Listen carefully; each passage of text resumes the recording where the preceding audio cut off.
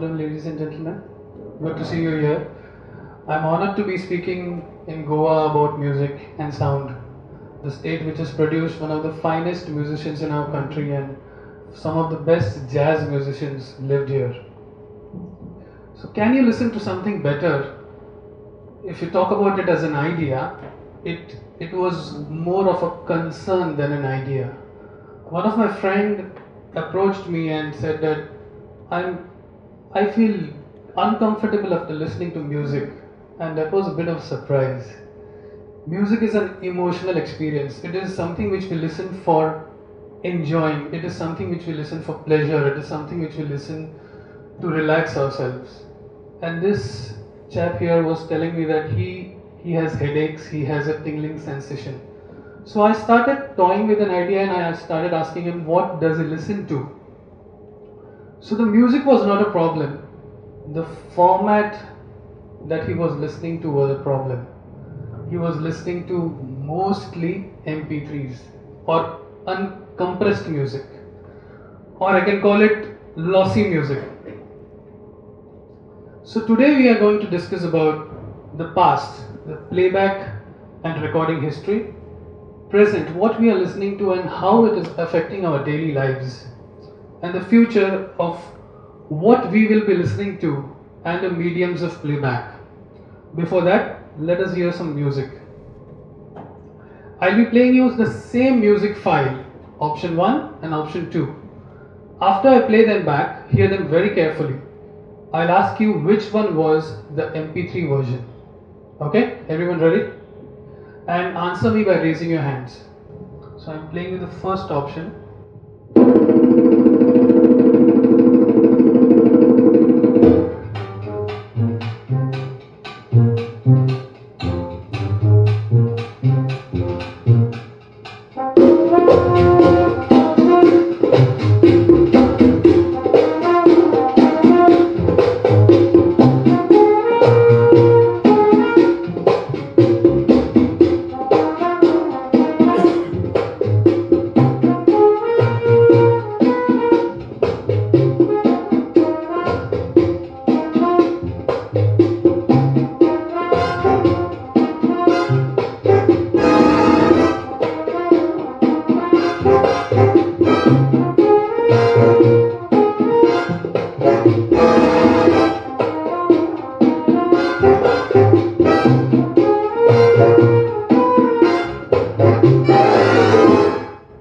Okay, now the second option.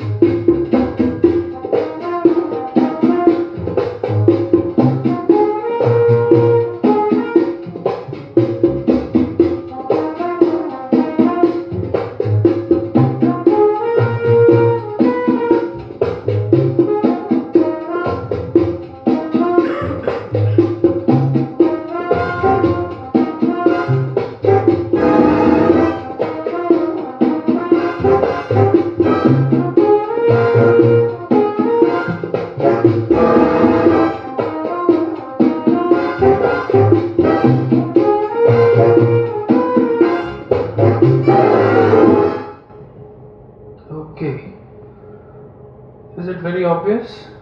Yes. Now you understand what I was talking about. So this was, can anyone guess? No, I can't ask questions.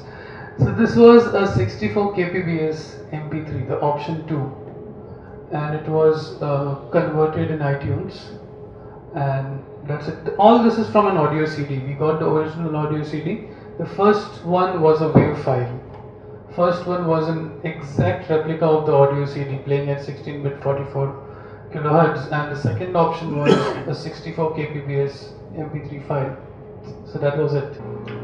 So let us go back to the history of how we were listening music, and even before playback and recording came into our knowledge and know-how. So earlier there were musical performances.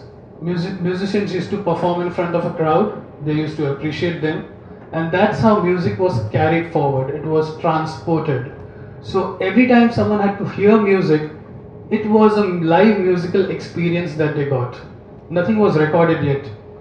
In 1877, this gentleman Thomas Edison found out something called the phonograph, or commonly known as wax cylinder.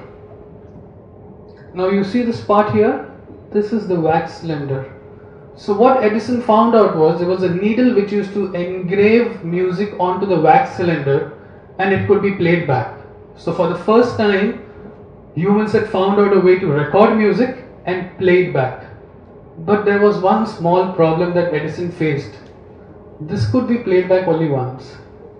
So once it was played back, it was in the dustbin. A lot of Indian classical music performed in darbars was recorded on phonographs. I'm talking about early 1900s. And all of this music and all of these wax cylinders were discovered in a junkyard in Kolkata recently. Hopefully some of them could be played back, but some of them had already been played back once. So this medium had its own reservations as to where the playback was concerned. In 1878, Emil Berliner came up with the gramophone. Anyone here listening to gramophone records? Still? Okay.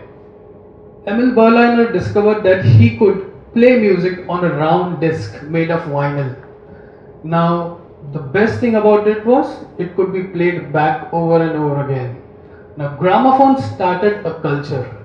It started a culture of evening teas, cards, and clubs, and jukeboxes. So which are still alive, and I feel among all the playback mediums, gramophone is the only one which is still surviving.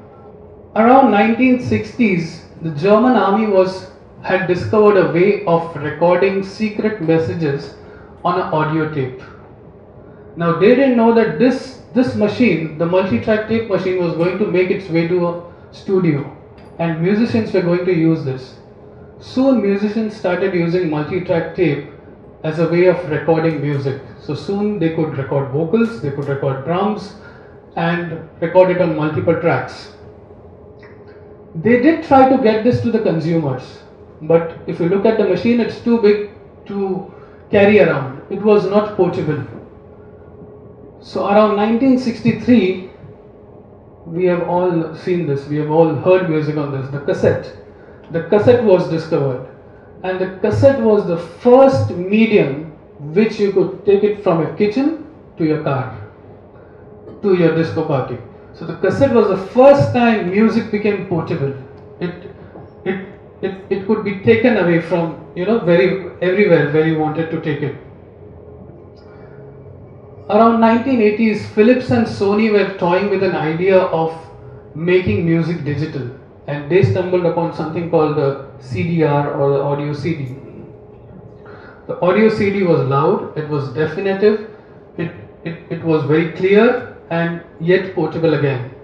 But it had its own limitations. Audio CD could not fit in more songs. It had a playing time of 60 minutes only. Okay, this is what I'm talking about. In 2000, at the turn of the millennium, it was all about convenience. How many songs can I fit on my hard disk was the question everyone wanted to show off. I can store 60,000 songs on 60 GB, I can store 70,000 songs on 100 GB. So it was all about convenience. So how did they achieve this convenience? How did MP3 succeed in being one of the major formats that we are listening to? And how does MP3 work? It is a very interesting way how MP3 works. It actually fools our ear and brain and tells that what you are listening to is the best. There's nothing beyond this. So what it is doing is it's taking out important frequency information from the music. So slowly our brain stops decoding it. I'll explain to you this with a very simple explanation. All of you can read the line. Your brain will fill in those blanks. Okay? All of you have memorized that line. Now I'll take out every fourth vowel from each of the word. You still read the line the way it was? Now I'll further reduce the words. This is where it starts getting confusing. This is where your brain is looking for the frequencies that are missing from the audio. It is trying to figure out, oh, was it there?